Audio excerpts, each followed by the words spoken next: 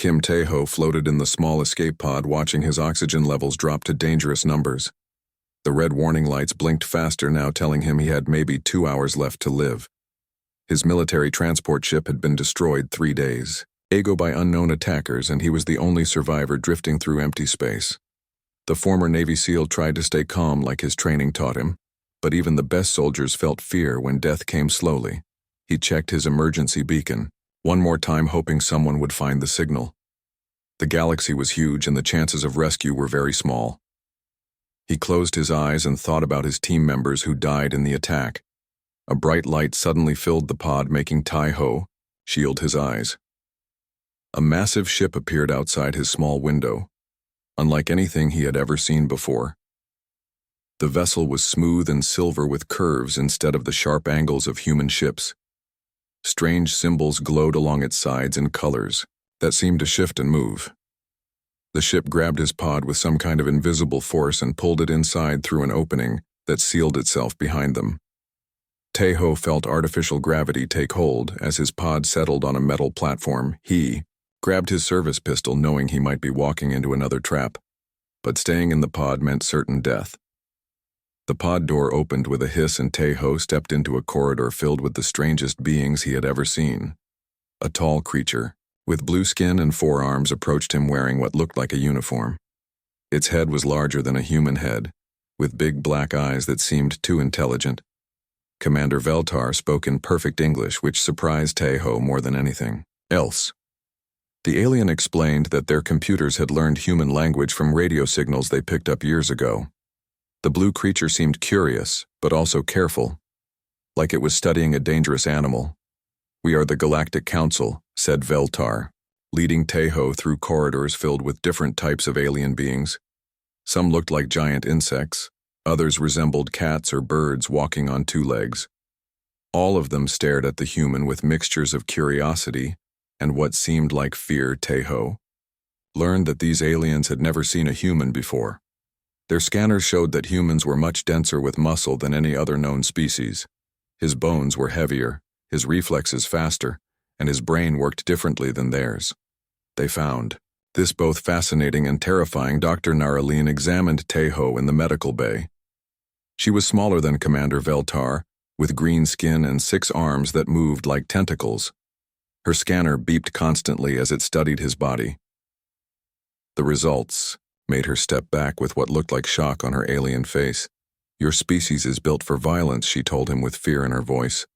"Your muscles are designed for fighting. Your brain has sections we have never seen before that seem made for strategy and warfare. Even your teeth are different, shaped for eating meat instead of plants like civilized beings." Tae-ho tried to explain that humans were not naturally violent, but the aliens did not understand. When he demonstrated basic military movements during his examination, they all moved away from him. Commander Veltar called for security guards who watched Tae-ho with weapons ready. The ship received an emergency message while Tae-ho was being examined. The Hekron Empire had attacked another peaceful world, destroying 3 cities and capturing thousands of civilians. Commander Veltar showed Tae-ho images of the reptilian warriors who seemed to enjoy causing pain and destruction. "We are a peaceful union of species," Veltar explained. "We solve problems through discussion and cooperation. But the Hekron only understand violence, and we do not know how to fight them. They have conquered 12 worlds already, and we cannot stop them." Tae-ho studied the images of Hekron soldiers and immediately saw tactical weaknesses in their formations. They relied on brute force instead of strategy.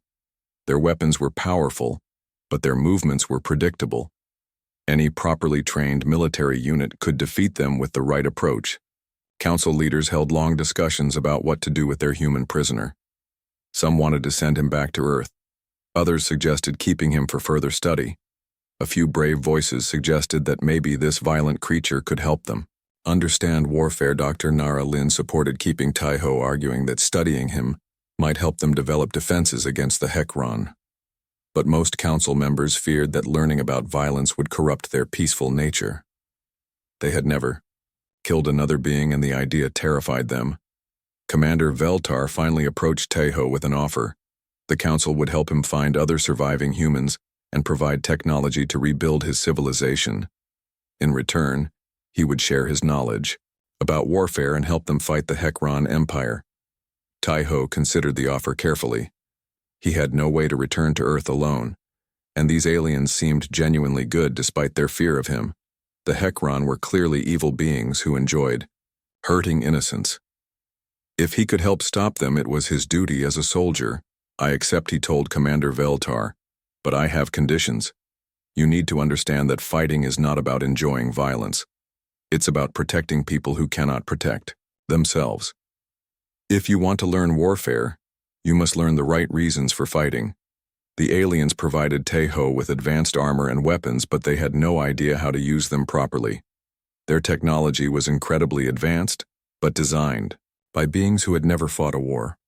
The weapons had safety features that would get soldiers killed in real combat. Tai-Ho began studying their equipment and immediately saw problems. Everything was designed to avoid causing harm, even to enemies. Their stunners could disable opponents, but recovery time was short. Their armor was strong but too heavy because they never considered mobility in combat, as he worked with the alien technology. Tai-Ho realized these peaceful beings had accidentally created the perfect tools for war. They just did not understand how to use them effectively. Their ships could move faster than anything humans had built. Their weapons could punch through any armor, and their shields could stop almost any attack, but they had built these tools with peaceful minds. Not understanding that real warfare required different thinking, they made everything complicated where soldiers needed simple. They added safety measures that would fail in battle. They designed for comfort when war demanded sacrifice. Commander Veltar watched Tai-Ho work and began to understand that they had found something more dangerous than they realized. This human did not just know how to fight. He understood war itself like it was a science with rules and principles that could be learned and applied. The other council members grew more nervous as they watched Tai-Ho modify their equipment. His changes made everything more efficient, but also more deadly.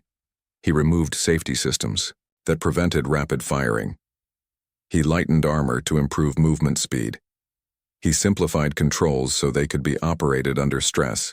Dr. Nara Lin recorded everything, studying how a warrior mind approached problems differently than peaceful minds. Tai-Ho did not see weapons as tools for causing pain, but as instruments for protecting innocent life. This philosophy confused the aliens, who assumed all violence came from anger or hatred, as news spread through the ship that they had captured. A human warrior reactions were mixed. Some aliens wanted to learn from him. Others wanted him kept locked away. Commander Veltar knew they were taking a huge risk, but the Hekron threat was growing stronger every day. The decision was made to give Tai-Ho a chance to prove his value. The next Hekron attack would be his test. If he could help save innocent lives, the Council would accept his methods. If he failed, they would find another way to deal with the Empire. Tai-Ho spent his remaining time on the ship learning about alien technology and studying intelligence reports about Hekron tactics. He could see dozens of ways to defeat them, but first he had to convince peaceful beings to embrace the hard truths about warfare in a hostile galaxy. The stage was set for a former Navy SEAL to become the galaxy's most unlikely teacher, showing civilized beings that sometimes the only way to preserve peace was to become very good at war. 2 weeks after joining the Galactic Council, Kim Tai-Ho received his first mission. Commander Veltar assigned him to a reconnaissance team headed to planet Corvel, where the Hekron had recently established a base. The mission was simple: gather intelligence about enemy positions and report back to Council Command Scout Leader Junka. Met Tai-Ho at the transport ship. The cat-like alien stood nearly 7 feet tall with golden fur and bright green eyes that seemed to judge everything they saw. Junka had led dozens of scouting missions but never worked with a human before. The alien made it clear he doubted human abilities. "Your species may be physically strong," Junka said while reviewing mission plans, "but scouting requires intelligence and patience, not the violence your kind is known for. We observe and record. We do not engage enemies like primitive warriors." The team also included engineer Park Sung-min, who looked almost human except for his purple skin and silver eyes. He was quiet and careful, always checking his equipment twice before trusting it. Communications expert Lee Bo-ra resembled a large insect with delicate wings and compound eyes that could see in multiple directions at once. During the journey to Corvell, Tejo studied his teammates and noticed major problems in their approach.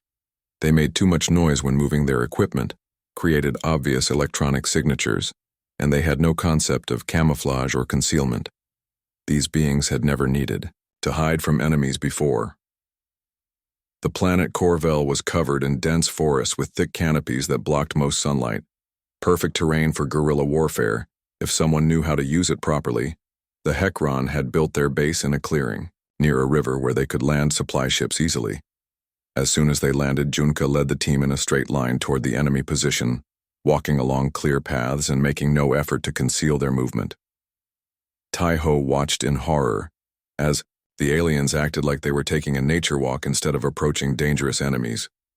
"Stop," Tejo whispered, pulling the team into dense undergrowth. "You are walking like targets, not scouts. The Hekron will see you coming from miles away. If you keep moving like this." Junka bristled at being corrected by someone he considered a primitive warrior. But Park Sung-min and Lee Bora seemed interested in learning proper stealth techniques. Tejo showed them how to move quietly through forest terrain using natural cover and avoiding open areas where enemies could spot them. The difference was immediately obvious. When the aliens tried to copy Tejo's movements, they were amazed at how much quieter and less visible they became.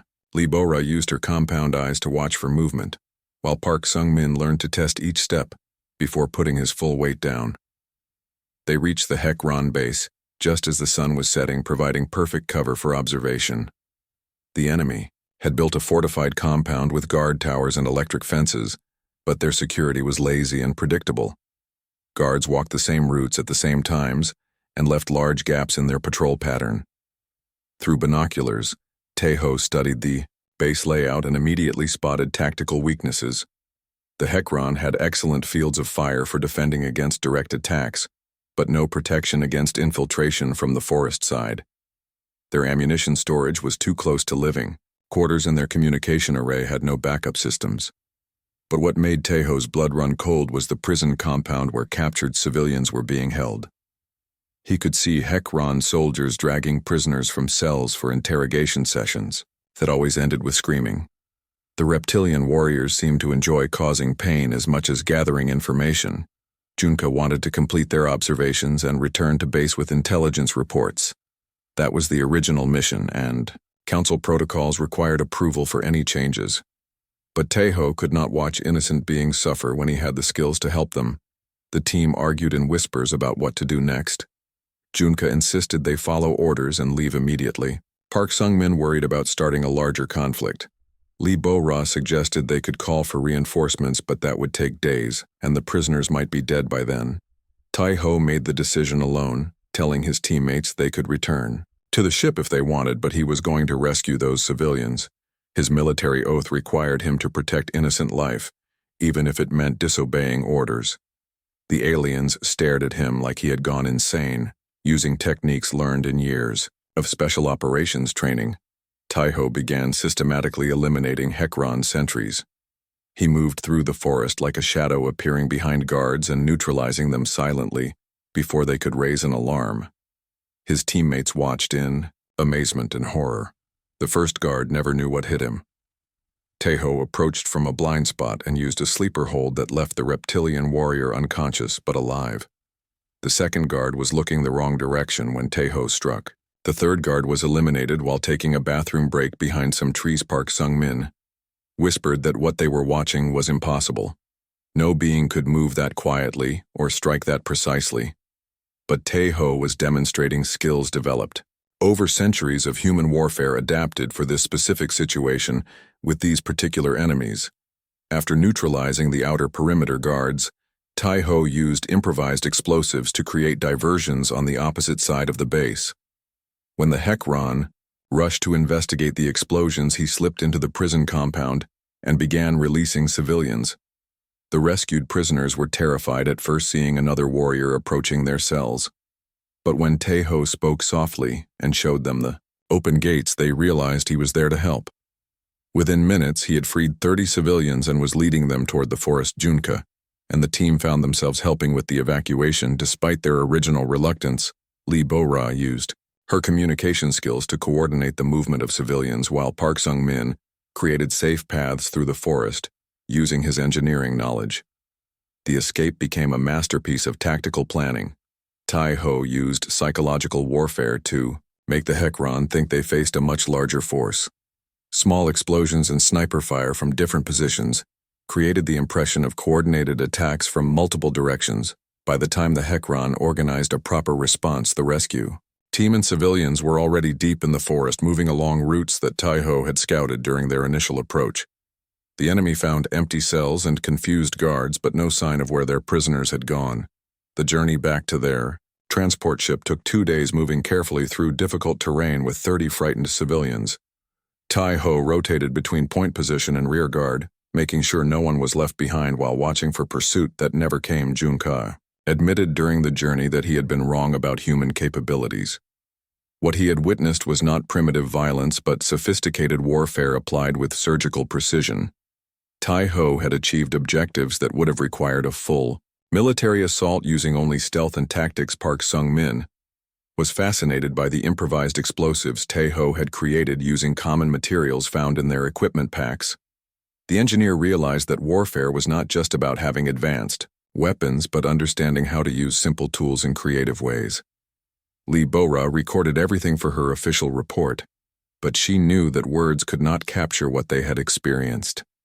The human had moved through enemy territory like death, itself striking fear into warriors who were supposed to be fearless. When they finally reached their ship and loaded the rescued civilians, word of the mission spread quickly through council communication channels. A single human had penetrated a fortified Hekron base, rescued 30 prisoners, and escaped without losing a single team member. The rescued civilians told stories about their rescuer, describing him as a warrior who fought like a living shadow. The Hekron guards spoke of attacks that came from nowhere, leaving them confused and demoralized. Some enemy soldiers had requested transfers away from areas where humans might be operating. Commander Veltar received the mission report with mixed feelings. The rescue operation had been a complete success, but it had also demonstrated just how dangerous their human ally could be. The council now faced the reality that they had unleashed something unprecedented in the galaxy. Dr. Naraleen studied recordings of the mission, trying to understand how one being could move so effectively through enemy territory. Her analysis showed that Tai-ho had used advanced tactical thinking combined with physical skills that no other known species possessed. The debate in the council chambers grew heated.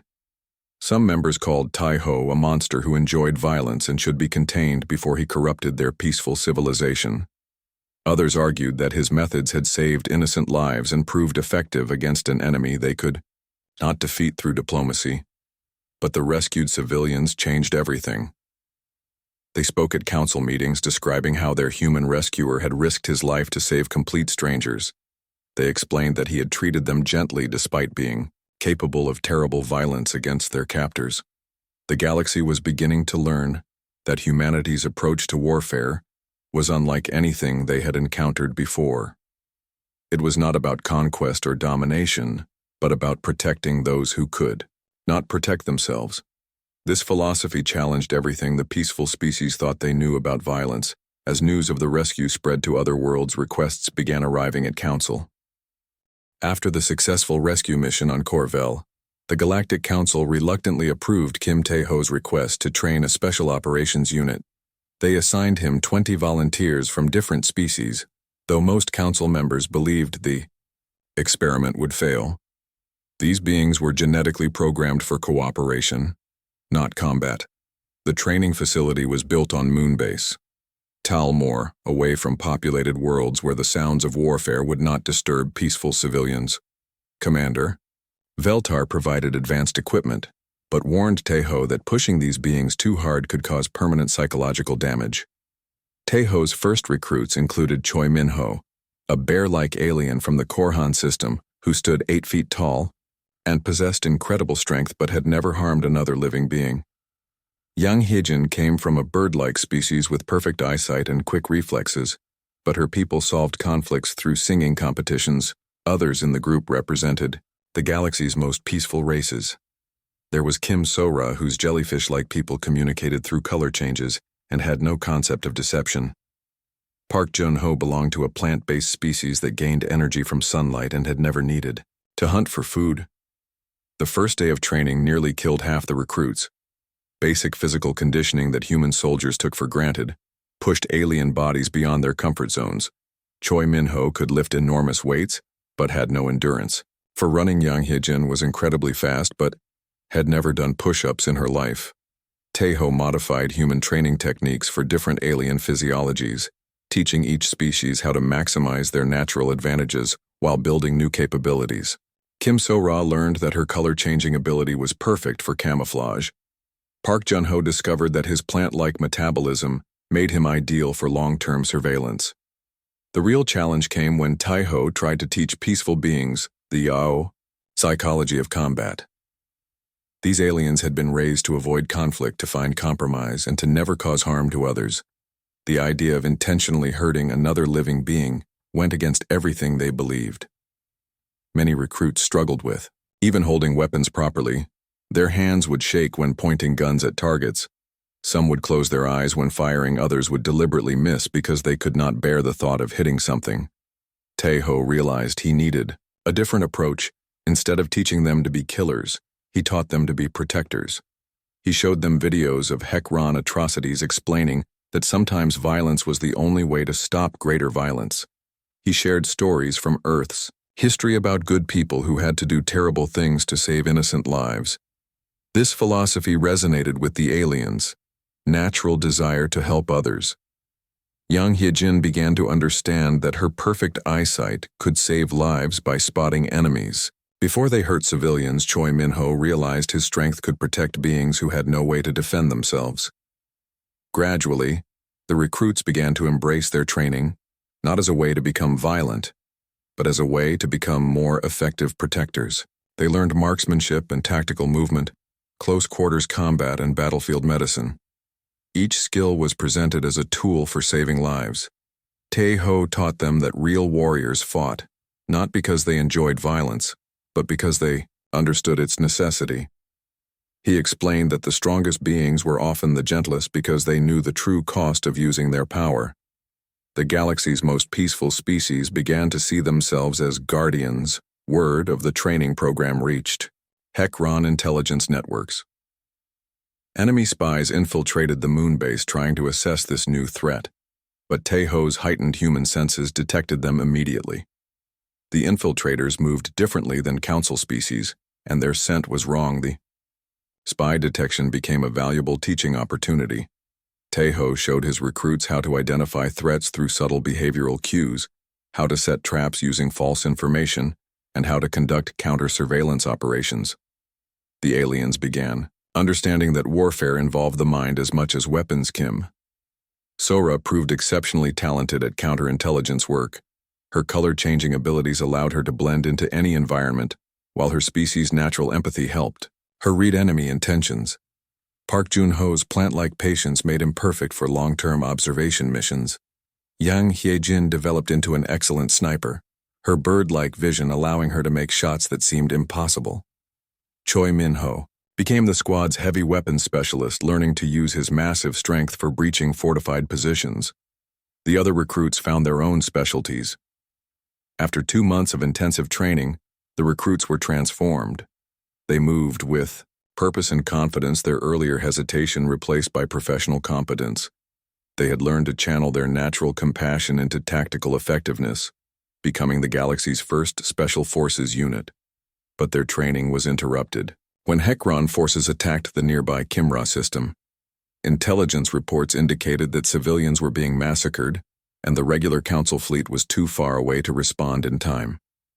The new Special Forces unit would face their first real combat test. Tae-ho gathered his 20 recruits, knowing that everything he had taught them would be meaningless if they could not perform under actual fire. Combat was different from training. When real bullets flew and people died, even the best soldiers could freeze or make fatal mistakes. The mission briefing was sobering. HFY forces had captured the main city on Kimra Prime and were systematically executing civilians.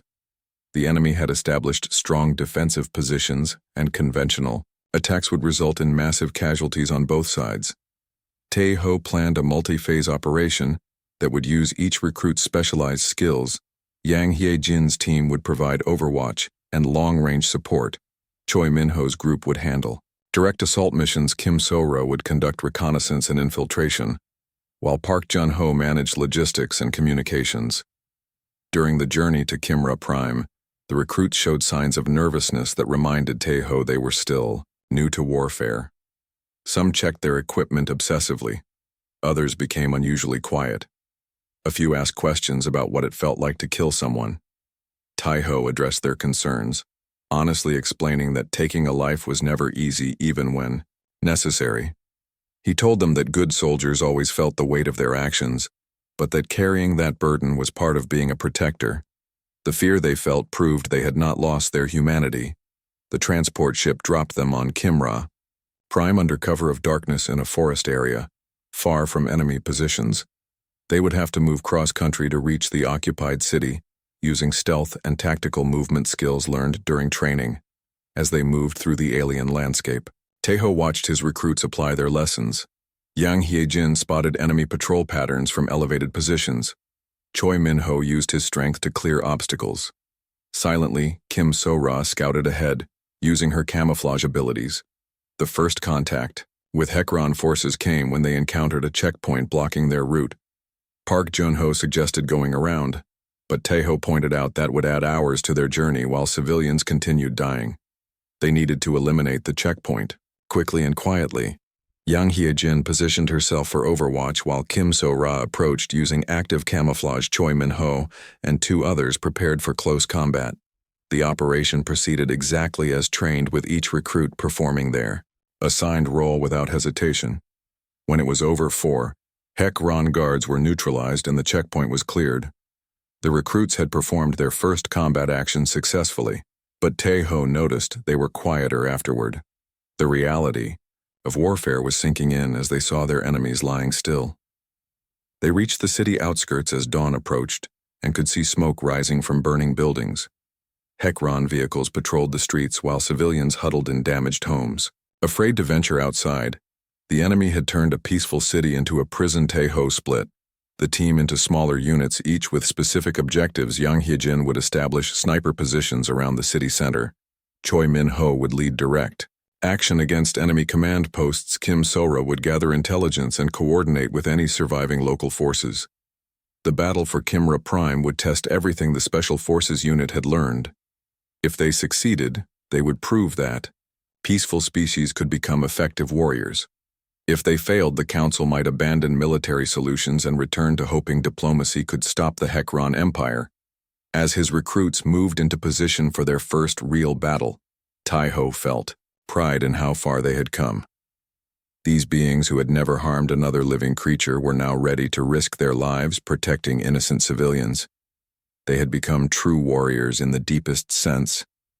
The galaxy was about to witness something. Unprecedented peaceful species using human military tactics to defeat an enemy that had terrorized civilized worlds for decades. The deadliest predator in known space was about to unleash an army of protectors upon the unsuspecting Hekron Empire. The battle for Kimra Prime began at dawn, as Kim Tae-ho's Special Forces unit moved into position around the occupied city. Intelligence reports confirmed that General Raktor himself commanded the Hekron forces, making this operation both more dangerous and more important than anyone had expected. Yang Hye-jin established overwatch positions on the tallest buildings, using her bird-like vision to coordinate the entire operation. Her spotting reports came through encrypted communications, as she identified enemy patrol routes, weapon positions, and civilian locations. The months of training had transformed her from a peaceful singer into the galaxy's deadliest sniper. Choi Min-ho led the direct action team toward the enemy command center located in what used to be the city's main government building. The bear-like alien moved with surprising stealth for someone his size, using shadows and debris to conceal his 8-foot frame. His team included 4 others trained in close quarters combat. Kim So-ra infiltrated the enemy perimeter using her color-changing abilities to blend perfectly with damaged walls and rubble. Her reconnaissance revealed that the Hekron had established a brutal system of control with public executions. planned for noon unless the remaining civilians surrendered information about Council military movements. The attack began with Yang Hyejin eliminating sentries on rooftops, her perfect aim, dropping guards before they could raise alarms. The suppressed weapons Tai-Ho had modified made almost no sound, allowing his team to maintain stealth while reducing enemy numbers. Choi Min-ho's assault team breached the command center, using explosives that Park Jun-ho had prepared from standard equipment. The plant-based alien had learned to create devastating charges from materials that looked harmless to enemy scanners. His engineering mind had adapted quickly to military applications. Inside the command center, the Special Forces unit encountered their first serious resistance. Hekron warriors were individually stronger than most Council species, but they had never faced opponents who combined alien abilities with human tactical training. The results shocked both sides. Yang Hyejin provided covering, fire through windows picking off enemies who tried to flank the assault team. Her shots were precise and deadly, each bullet finding its target with mechanical precision that would have been impossible without months of intensive training. The Hekron defenders found themselves outmaneuvered at every turn. Kim So-ra appeared behind their positions, using camouflage to strike where they least expected. Choi Min-ho used his massive strength to breach fortified doors while smaller team members cleared rooms with techniques learned from human urban warfare manuals. But the real surprise came when they discovered that Admiral Song Ji-hwan was being held prisoner in the command center basement. The legendary council officer had been captured during a diplomatic mission and was scheduled for public execution as an example to other worlds. Tai-Ho made an immediate tactical decision to modify their mission objectives. Rescuing the admiral would complicate their extraction, but leaving him to die was unacceptable. The Special Forces unit had been trained to adapt to changing situations, and this was their first real test. Kim So-ra used her infiltration skills to locate the admiral's cell, while Choi Min-ho's team established a defensive perimeter. Around the basement entrance, Yang Hyejin shifted her overwatch position to cover multiple escape routes in case they needed to evacuate quickly. The rescue operation revealed more than they had bargained for. Admiral Song Ji-hwan had been tortured for information about Council fleet movements and defensive plans, but had revealed nothing.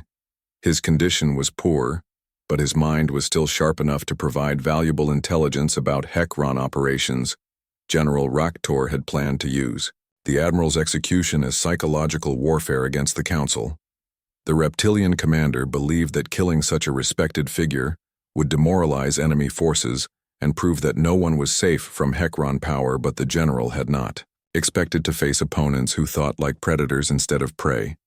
The Special Forces unit moved through his stronghold like hunting animals, using every advantage they had gained through intensive training with the galaxy's most dangerous warrior. The extraction became a running battle through the city streets as Hekron reinforcements arrived from outlying positions. Tai-Ho's team found themselves fighting a mobile engagement that tested every skill they had learned during 3 months of intensive preparation. Yang Hyejin moved from position to position, providing covering fire while her teammates bounded between cover points. Choi Min-ho carried the injured admiral while fighting rearguard actions against pursuing enemies. Kim So-ra used her camouflage abilities to set up ambush points that decimated enemy formations. Park Jun-ho coordinated the extraction using communication skills that allowed him to manage multiple teams simultaneously. His plant-like patience had been transformed into tactical calm under fire as he guided his teammates through the urban battlefield. The Hekron forces found themselves fighting an enemy unlike anything in their experience. These opponents moved with precision and coordination that made them seem like extensions of a single deadly mind. Every ambush was perfectly timed, every withdrawal covered by accurate supporting fire as the Special Forces unit fought their way toward the extraction point. Civilians began emerging from hiding to help wounded Council soldiers and provide information about enemy positions. The rescue operation had become a symbol of hope that resistance was possible. General Raktor personally led the pursuit, driving his forces to extreme efforts. In an attempt to prevent this humiliation, his reputation depended on maintaining Hekron dominance, and losing high-value prisoners to what he considered primitive opponents was unacceptable. But the general discovered that his traditional tactics were useless against opponents who had been trained by humanity's most experienced warrior. The Special Forces unit anticipated his moves and responded with countermeasures that turned his advantages into vulnerabilities. The final escape sequence involved a coordinated withdrawal through the city's drainage system, where Yang Hiejin's aerial view guided them through underground passages that avoided enemy checkpoint locations. Choi Min-ho used his strength to move heavy grates that blocked their path. Kim Sora remained behind to create false trails that would confuse pursuit teams, while Park Jun-ho established communication relays that allowed them to coordinate with their extraction ship. The operation had become a masterpiece of tactical execution. When they finally reached the pickup zone and loaded Admiral Song Ji-hwan onto their transport, the magnitude of their success began to sink in. They had penetrated a fortified enemy position, rescued a high-value prisoner, and escaped without losing a single team member. The flight back to Council space gave them time to process what they had accomplished. Yang Hiejin remained quiet, staring out at the stars while processing the fact that she had killed 12 enemy soldiers. Choi Min-ho checked his equipment obsessively, trying to understand how he had become so effective at violence. Kim Sora reported that the Hekron forces were showing signs of demoralization, with some units requesting transfers away from areas where human-trained opponents might be operating. The psychological impact of their tactics was spreading beyond the immediate battlefield. Admiral Song Ji-hwan recovered enough during the journey to debrief the team about Hekron plans and capabilities. His intelligence revealed that the Empire was planning a major offensive against Council core worlds, but had not accounted for the development of effective military resistance. The rescued admiral also provided crucial insight into how their success would be viewed by both sides. The Council would finally understand that military force could be used for noble purposes, while the Hekron Empire would recognize humans as a serious threat to their expansion plans. As their ship approached Council space, Taeho realized that everything had changed. The galaxy's most peaceful alliance now possessed warriors who could stand against the Empire's best commanders. His recruits had proven that violence guided by compassion was more effective than violence driven by cruelty. News of General Raktor's humiliation spread through Hekron communication networks faster than official reports. The Empire's most successful field commander had been outmaneuvered by opponents he had dismissed as weak and primitive. His reputation would never recover from this defeat. But Taeho knew that success would bring new challenges. The Hekron Empire would adapt their tactics, and the Council would face pressure to expand their military capabilities. The galaxy was entering a new phase of conflict where the rules of warfare would be written by whoever learned fastest. The Special Forces unit had passed their first real test, but they were still just 20 beings in a galaxy where billions of lives hung in the balance. Their success had proven that peaceful species could become effective warriors, but now they needed to teach others what they had learned. The hunt for General Raktor was over, but the war for the galaxy's future was just beginning. Taeho looked at his transformed recruits, knowing they would soon become teachers themselves, spreading human military philosophy to species across the known worlds. The galaxy's deadliest predator had created an army of protectors, and they were about to change everything the civilized worlds thought they knew about the relationship between peace and strength. The Hekron Empire was about to learn that. News of General Raktor's death spreads across the galaxy like wildfire. The Hekron Empire, which has never lost a major commander, goes into emergency session. Emperor Zalkun demands answers about how primitive aliens defeated their best general. Meanwhile, other species begin requesting human tactical advisors, having heard rumors about Earth's military capabilities. Taeho finds himself promoted to strategic military advisor for the entire Galactic Council. His first briefing to the High Command shocks the assembled alien leaders. He explains that the Hekron Empire succeeds because they understand warfare while the Council treats it like a diplomatic problem.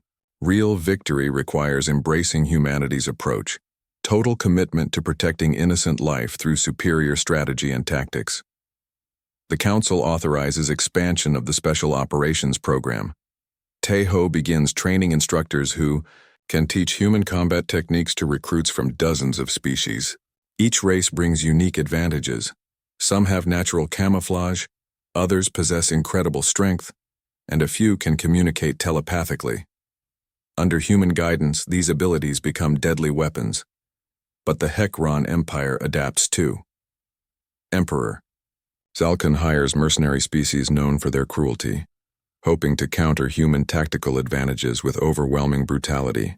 Intelligence reports indicate massive fleet movements toward Council space, suggesting the Empire plans to end this conflict with a devastating offensive that will destroy human military influence forever.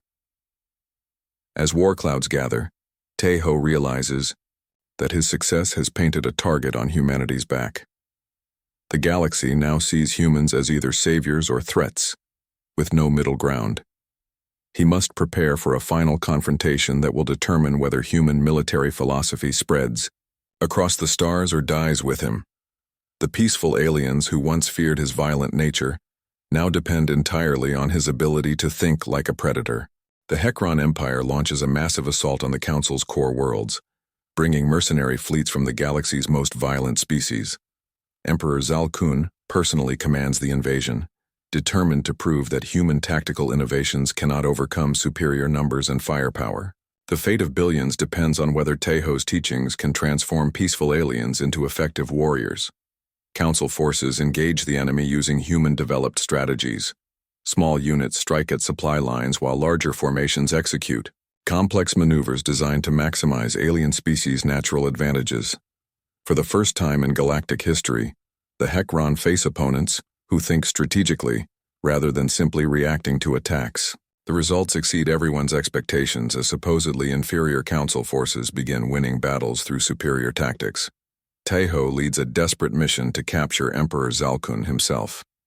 Intelligence suggests that removing the Empire's leader will fragment their forces as HFY culture requires strong central authority. The operation requires infiltrating the enemy flagship during active combat, an impossible mission by traditional standards. But Taeho has spent months teaching his aliens that impossible simply means no one has tried the right approach yet. The final battle becomes a showcase of human tactical philosophy applied through alien capabilities. Species that never fought before coordinate complex operations with precision that amazes their enemies. Taeho's influence spreads through every level of the conflict as former pacifists embrace their potential as protectors of innocent life. The galaxy watches in awe as peace-loving beings transform into efficient warriors. When Emperor Zalkun falls and the HFY Empire surrenders, the Galactic Council faces a new reality. Humanity's approach to warfare has proven its value, but it has also changed the galaxy forever. Taeho receives the Council's highest honors, but he knows that teaching others to fight was only the beginning. Now he must help them remember that the purpose of strength is protecting those who cannot protect themselves. The story ends with Taeho establishing the Galactic Defense Academy, where human military philosophy becomes the foundation for interspecies cooperation. Former enemies study alongside Council members, learning that true strength comes from unity of purpose rather than individual power. The galaxy's deadliest predator has become its greatest teacher, proving that sometimes the most violent beings are those who understand best the true cost of peace.